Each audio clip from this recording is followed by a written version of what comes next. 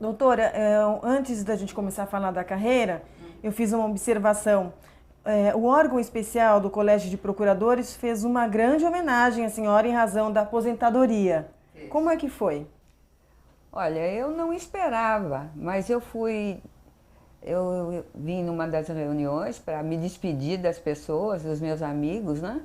E foi feita uma homenagem assim que me deixou bastante, eu fiquei bastante emocionada, né? Ainda bem que eu tinha rabiscado qualquer coisa de agradecimento, porque senão eu ia ser pega de surpresa mesmo. Mas foi muito interessante, foi muito bom, gostei muito. Por que a senhora escolheu ser promotora? Na verdade, eu me formei em Direito.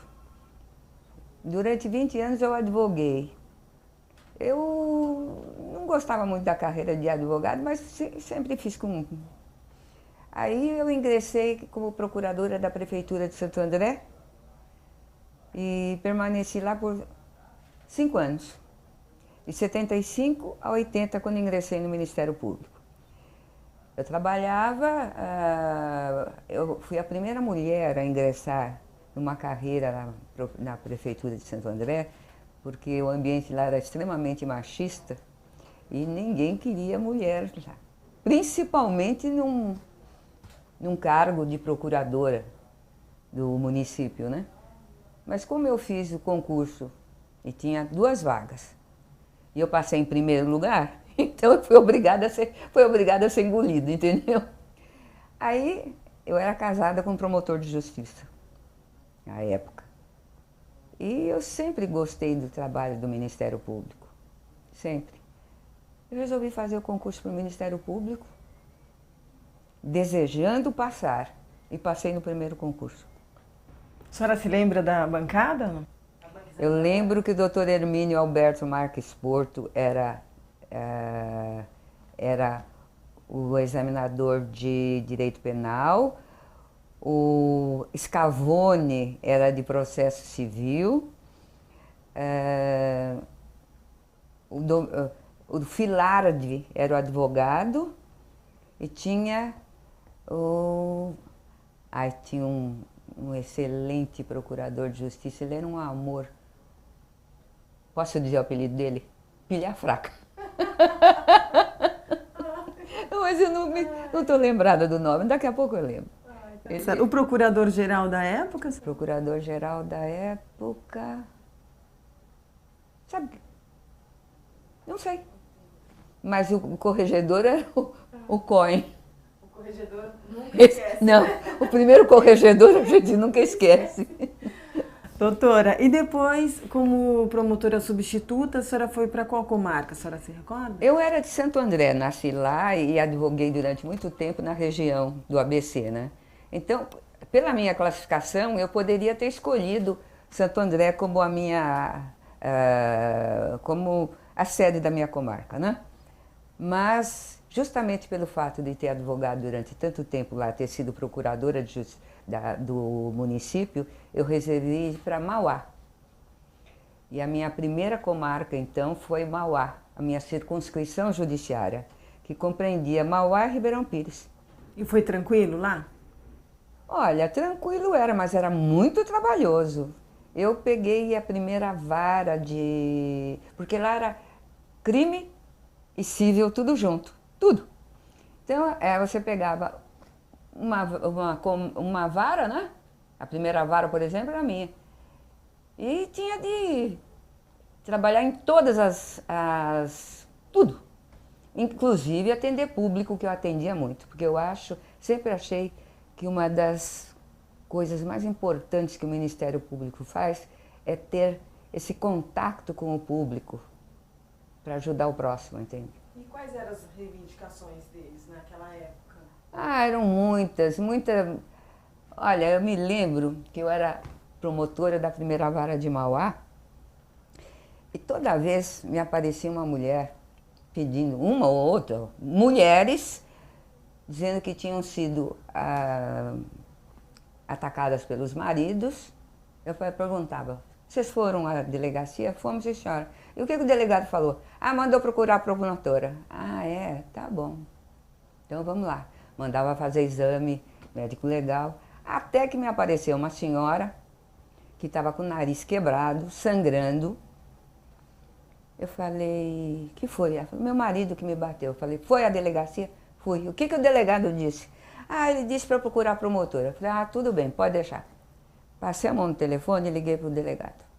Doutora, aqui é a doutora fulana de tal, promotora da primeira vara. Ah, como vai, doutora? A senhora está bem? Ótimo. Escuta, eu posso fazer uma pergunta para o senhor? Pode. O seu código penal é igual ao meu? Como, doutora? Que é isso? Eu falei, não, eu quero saber se o seu código penal é igual ao meu, porque no meu diz que atacar a mulher é lesão corporal. Agora o seu parece que não, porque não manda fazer exame, não manda fazer nada. Nunca mais veio mulher alguma você ter sido primeiro encaminhada ao Instituto Médico Legal e depois passar por mim. Muito bem. Precisava ser. Precisava, né? Principalmente Ser firme. na época que eu entrei, agora não, mas as mulheres naquela época nós éramos muito poucas e sempre olhadas com um pouco de... é mulher. Só que comigo não se brincava, não. Eu fiquei como promotora da primeira instância cerca de 1 ano. Aí fui promovida. Fui promovida para... Ai, meu Deus, é uma cidade que tinha uma fama horrível de ser horrorosa para promotor, para juiz e tal. Agora eu não me lembro, não. Você me desculpe, mas... Perigosíssima, não? Não, era muito... Sei lá, era perigosa. Aí, quando eu cheguei lá não cheguei a ir para a comarca, não. Eu falei, olha, eu vou para lá, vai. Falei, mas dessa vez não tem jeito, você tem de ir para lá. Falei, tudo bem, então eu vou tirar férias e vou, depois das férias. Tá bom? Tá. Nesse meio tempo, abriu, por antiguidade, a primeira vara de Ribeirão Pires. Antiguidade. Eu falei, eu vou me inscrever. Falei, mas você tá louca, você não tem nem 1 mês. Eu falei, eu vou me inscrever. Fui a única inscrita, fui promovida para Ribeirão Pires, para Mauá, primeira vara de Mauá. E fiquei na primeira vara de Mauá até 83, quando eu fui chamada para ser assessora jurídica do secretário de Obras e Meio Ambiente, na qual permaneci na secretaria durante 5 anos. Então a senhora saiu um pouquinho do MP, né? E aí, como é que foi a experiência fora do MP? Olha, foi interessante pelo seguinte, porque quando a gente fica muito em determinado local, você começa a ficar meio bitolado. E eu cheguei a ver uma outra área, a área do executivo, e não gostei. Não gostei porque o ambiente é totalmente diferente do nosso. Nós aqui temos, uma democracia mesmo, quer dizer, guardadas as respectivas divisões, né? O procurador-geral tem de ser ele tem de ter o local dele mais alto que os demais, mas nós todos somos iguais. Lá no executivo existe uma coisa que eu não gostava, as pessoas se fechavam em volta do poder, entende? Então... Isso foi o quê? Em 80? De 83 a 80 e... Eu fiquei 5 anos, 3 e 5, 8, a 88. Foi antes... então foi até a Constituição. Foi até a Constituição. E aí depois a senhora voltou para o Ministério? Voltei para o Ministério Público. Que aí já voltou também numa fase bem diferenciada, né? Completamente. Aí eu já fui promovida para a vara de família, né? Fui para 9ª Curadoria da Família. Como é que foi a atividade lá? Onde? Na Curadoria de Família. É a coisa mais gratificante que eu tive na vida. Durante 10 anos eu fui promotora de família. Muito gratificante. Pude ajudar muita gente. Ajudar mulheres, menores e mesmo homens. E tem alguma história assim que ficou marcada? Determinada pessoa, extremamente rica, um homem muito rico, ele tinha se separado da mulher E para infernizar a vida da coitada, que não tinha um tostão a essas alturas, ele queria porque queria mudar a guarda da filha. E a única coisa que a mulher tinha ficado era com a guarda. Aí ele entrou com uma ação para mudança de regime de visitas e não sei o que, pediu um monte de coisa e foi um horror. E eu sempre tive muito feeling para o Ministério Público, assim, para processos. Eu chegava, abria um processo, falava, bom, esse aqui eu vou ficar do lado de fulano ou do lado de fulano. Aí falei, bom, fulano é milionário, ela não tem nada, ela está sendo chantageada. Bom, a audiência começou às 2h30 da tarde e terminou às 2h30 da manhã. Foram 12 horas de audiência ininterrupta. A gente comia, eu e a juíza comíamos um lanchinho assim, enquanto estava falando. E realmente, eu sei que o fulano ficou furiosíssimo. Lá fora ele gritava que queria me matar. Aí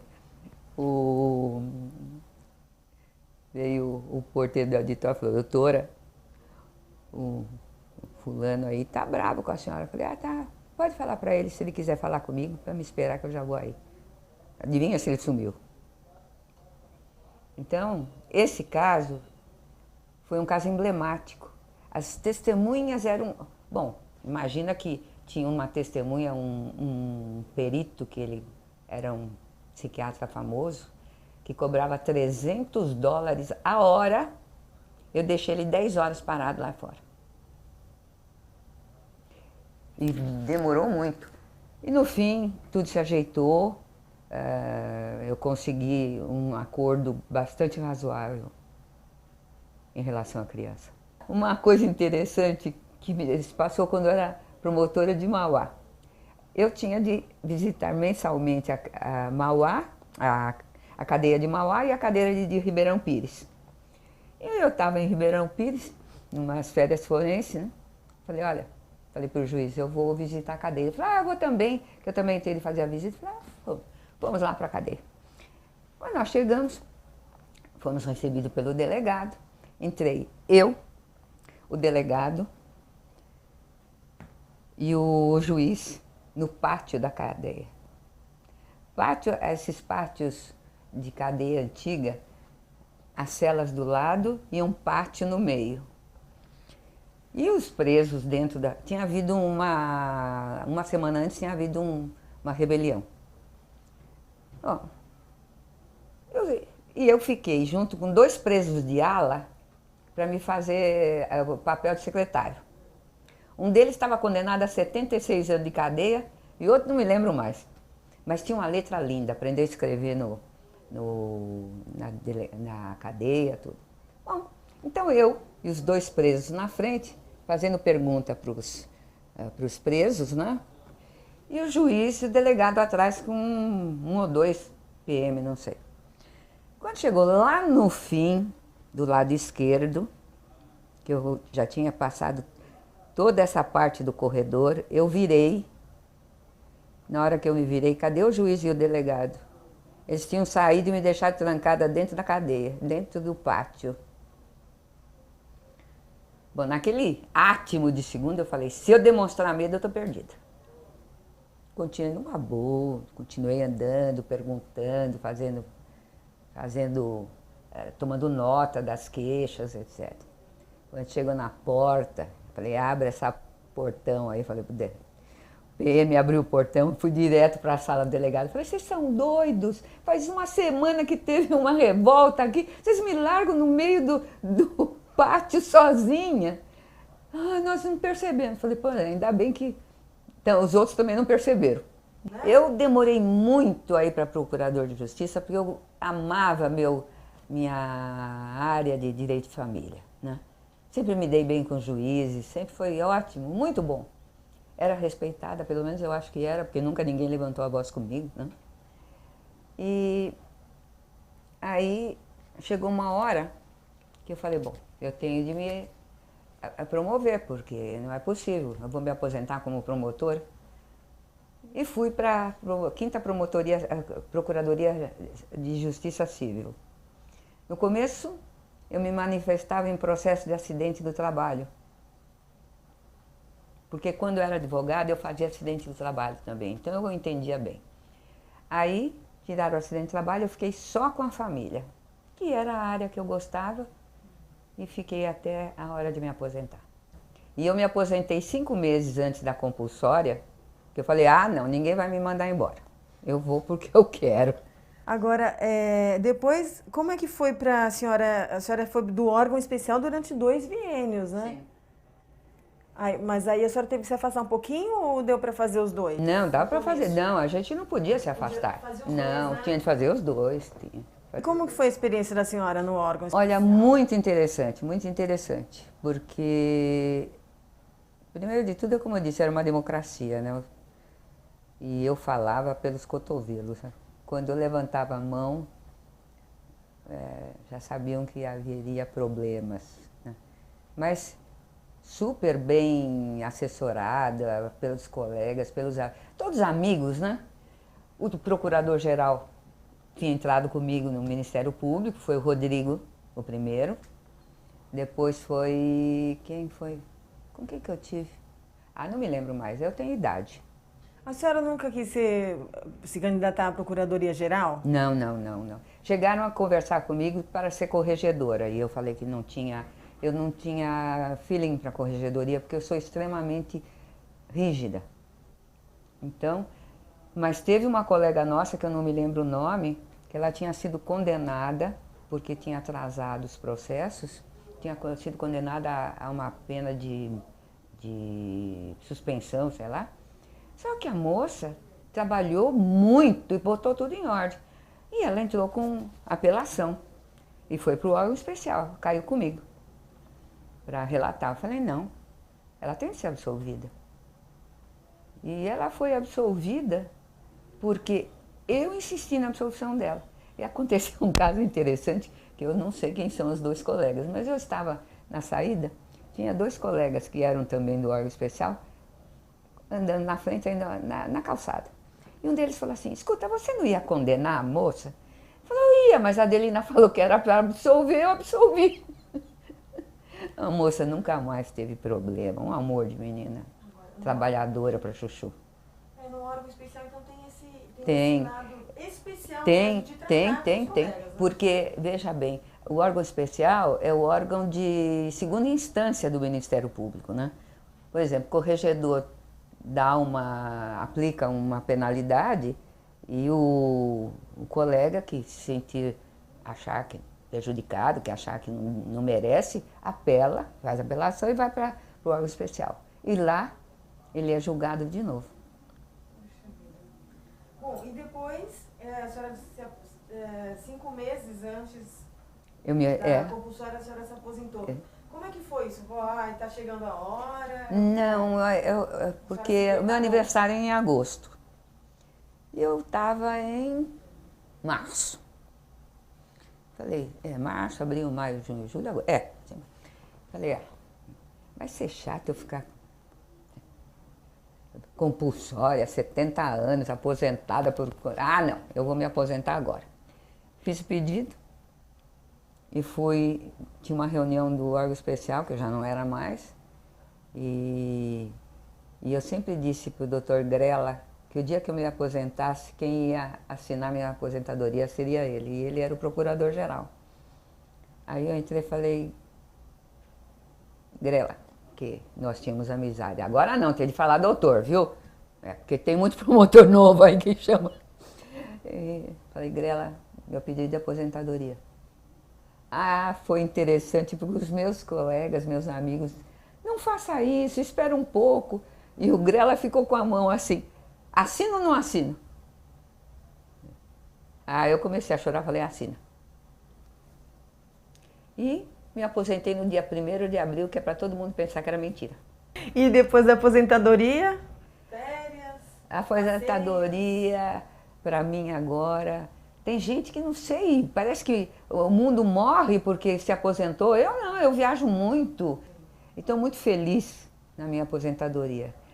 amei ser do Ministério Público. Sou Ministério Público até o fundo da minha alma. E se tivesse de fazer, faria tudo de novo.